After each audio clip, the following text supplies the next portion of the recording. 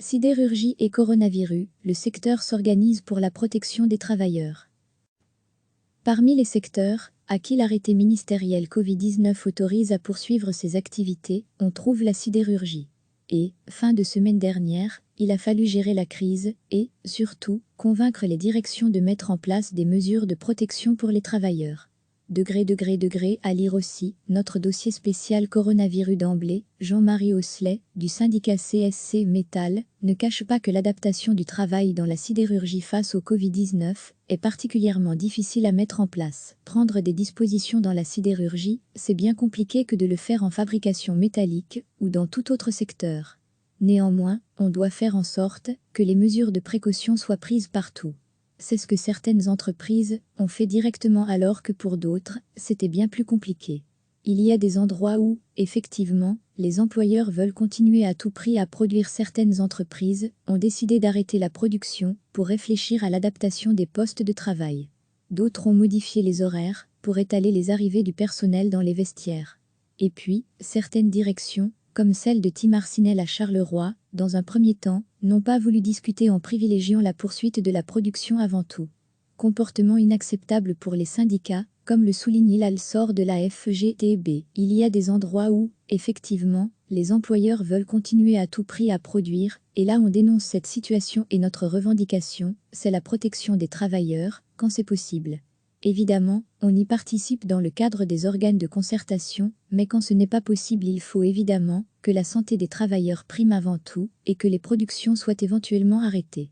Ce week-end, la tension est retombée, notamment sur le site de Tim Arsinel, et des mesures concrètes de protection des travailleurs semblent avoir été mises en place un peu partout. Recevez chaque matin l'essentiel de l'actualité. Parmi les secteurs à qui l'arrêté ministériel Covid-19 autorise à poursuivre ses activités, on trouve la sidérurgie. Et, fin de semaine dernière, il a fallu gérer la crise et, surtout, convaincre les directions de mettre en place des mesures de protection pour les travailleurs. À lire aussi, notre dossier spécial coronavirus d'emblée, Jean-Marie Osselet, du syndicat CSC Métal, ne cache pas que l'adaptation du travail dans la sidérurgie face au Covid-19 est particulièrement difficile à mettre en place. Prendre des dispositions dans la sidérurgie, c'est bien compliqué que de le faire en fabrication métallique ou dans tout autre secteur. Néanmoins, on doit faire en sorte que les mesures de précaution soient prises partout. C'est ce que certaines entreprises ont fait directement alors que pour d'autres, c'était bien plus compliqué.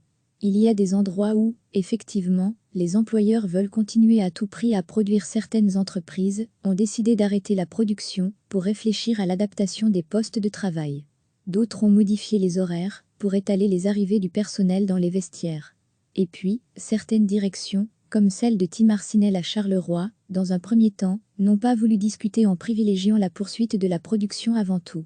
Comportement inacceptable pour les syndicats, comme le souligne l'ALSOR de la FGTB. Il y a des endroits où, effectivement, les employeurs veulent continuer à tout prix à produire, et là on dénonce cette situation et notre revendication, c'est la protection des travailleurs, quand c'est possible.